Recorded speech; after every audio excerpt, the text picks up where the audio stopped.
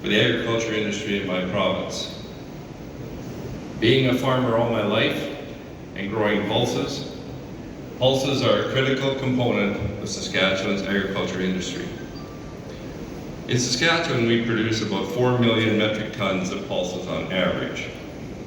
Saskatchewan, in comparison to India, is about 1/5 the size of India, and we have more than 35 million acres of crops seeded every year.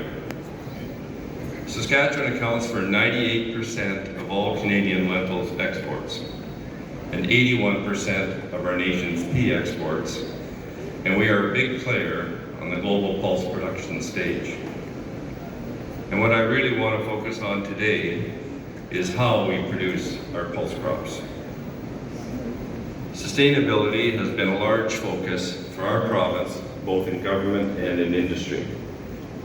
Nowhere is this better demonstrated than through the innovations and practices of our producers who drive Canada's sustainable agriculture story. Saskatchewan sequestered 12.8 million metric tons of carbon dioxide equivalent in its agriculture soils in 2021. This was due to practices like crop rotations that include pulse crops, increasing crop productivity, and implementing zero and minimum till. In 2021, 95% of the land seeded to annual crops was done using zero or minimum tillage, which minimizes soil disturbance and serves to sequester carbon dioxide. Further, many farmers have a diverse crop rotation that includes oilseeds, pulses, and cereals. Pulse acres in Saskatchewan have increased significantly. Pulses occupied 16.3% of the total seeded area in 2021 and lowered emissions by more than 2 million metric tons through decreased use of nitrogen fertilizer. Soil carbon is a significant contributor to the very low carbon footprint for Saskatchewan. For wheat, canola, and peas, Saskatchewan was one of the only jurisdictions around the world where our soils are a carbon sink. Research commissioned by the Global Institute for Food Security that will be released later this year will show that. Canada's net carbon footprint for canola and wheat production is almost 50% lower than that of our main global competitors, and Saskatchewan's is over 60% lower.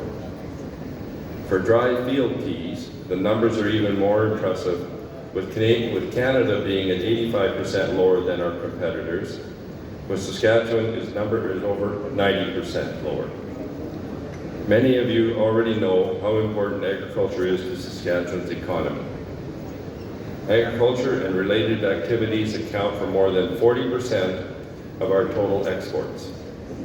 In 2022, our pulse industry exports were valued at 3.3 billion Canadian dollars.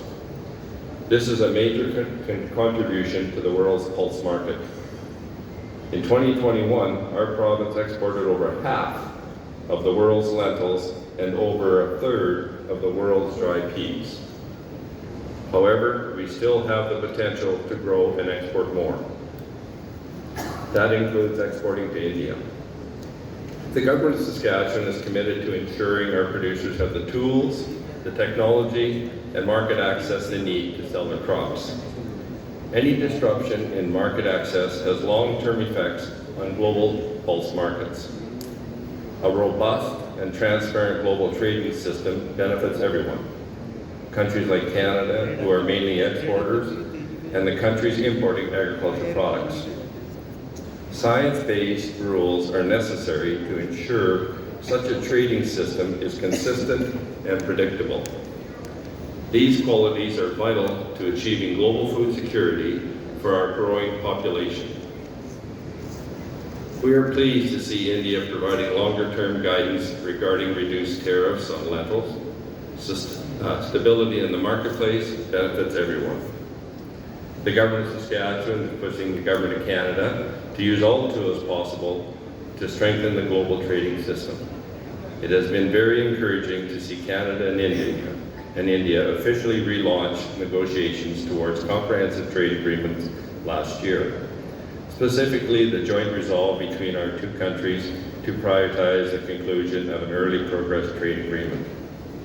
As part of this revamped engagement between our two countries, we've also seen an agreement by India to drop the penalty fees charged to unfumigated pulse shipments until a permanent and mutually acceptable solution to this long-standing barrier